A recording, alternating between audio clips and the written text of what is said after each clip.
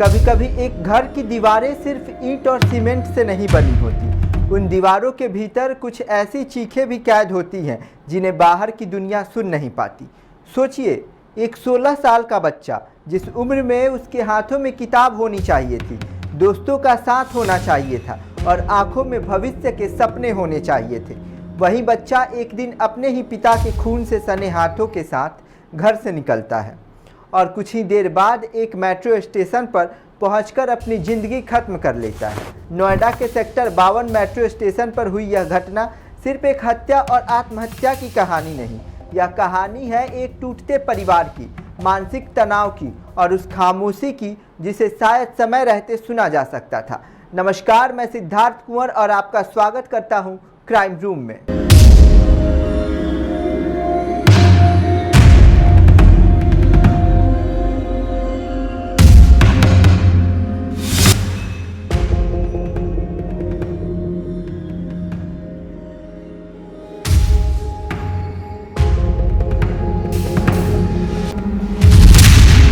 बुधवार की शाम नोएडा के सेक्टर 52 मेट्रो स्टेशन पर उस समय सब कुछ सामान्य था। प्लेटफॉर्म पर यात्रियों की भीड़ थी, लोग अपने अपने घर लौटने की जल्दी में थे। मेट्रो के आने की घोषणा हो रही थी। इसी भीड़ के बीच 16 साल का एक किशोर चुपचाप खड़ा था। कुछ ही देर बाद मेट्रो ट्रेन प्लेटफॉर्म पर पहुंची और अचानक वह किशोर पटरियों की तरफ कूद गया। मौके पर अफरा तफरी मच गई। जब पुलिस ने 100 की पहचान की तो सामने आया किशोर का नाम अमृत था और उसकी उम्र 16 साल थी। लेकिन पुलिस की जांच जैसे जैसे आगे बढ़ी, यह मामला आत्महत्या से कहीं ज़्यादा भयावह निकलने लगा। पुलिस अमृत के घर पहुंची। पता था गड़ी चौकंडी गांव का एक छोटा सा किराए का मकान। दरवाज़ा बंद था।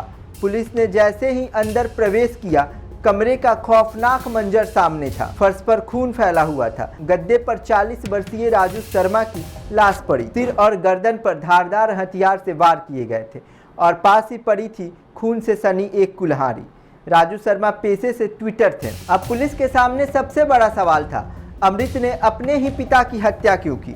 जांच में सामने आया कि राजू शर्मा पिछले करीब 3 महीने से इस मकान में रह रहे थे। बताया गया कि उनकी पत्नी उन्हें और उनके बेटे अमृत को छोड़कर अलग हो गई। पत्नी के चले जाने के बाद राजू मानसिक रूप से परेशान रहने लगे थे। उनके व्यवहार में चिड़चिड़ापन और शक बढ़ता गया।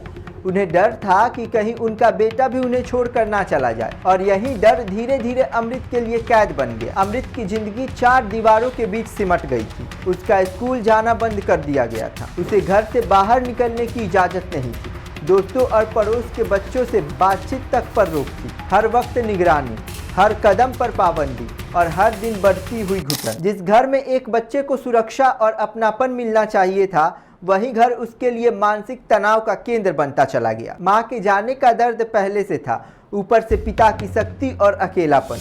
धीरे धीरे अमृत भीतर से टूटता चला गया और फिर आया बुधवार का दिन। पुलिस की शुरुआती जांच के मुताबिक किसी बात को लेकर पिता और बेटे के बीच विवाद हुआ। कहासुनी बढ़ी, गुस्सा बढ़ा और इसी दौरान अमृत की नज़र कमरे में रखी कुल्हाड़ी पर पड़ी। उसने कुल्हाड़ी उठाई और पिता पर हमला कर दिया। कुछ ही पलों में राजू शर्मा की जान चली गई।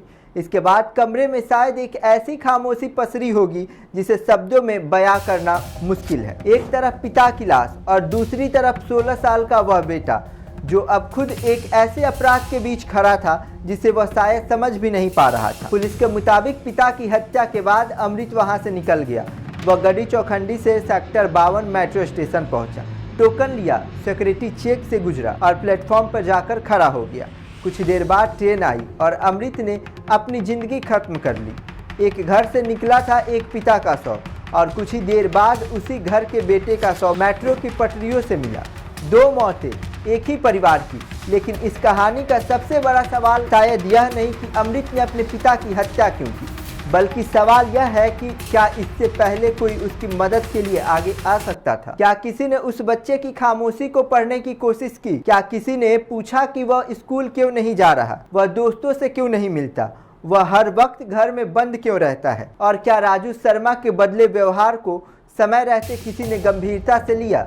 एक पिता चला गया, एक 16 साल का बच्चा भी चला गया। पीछे रह गई सिर्फ खून से सनी दीवारें, एक बंद कमरा और एक ऐसे सवाल जिसके जवाब शायद कभी नहीं मिलेंगे।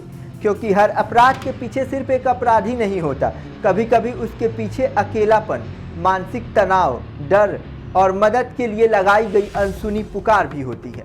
तो सवाल आपसे है, अगर किसी बच्चे की हंसी अचानक खामोशी में बदल जाए, अगर वह दुनिया से कटने लगे और उसके घर की 4 दीवारों के भीतर कुछ गलत हो रहा हो, तो क्या हम सिर्फ तमाशबीन बने रहेंगे या फिर किसी अमृत की जिंदगी खत्म होने से पहले उसकी खामोशी सुनने की कोशिश करेंगे? मिलते हैं एक ऐसी ही खौफनाक कहानी के साथ।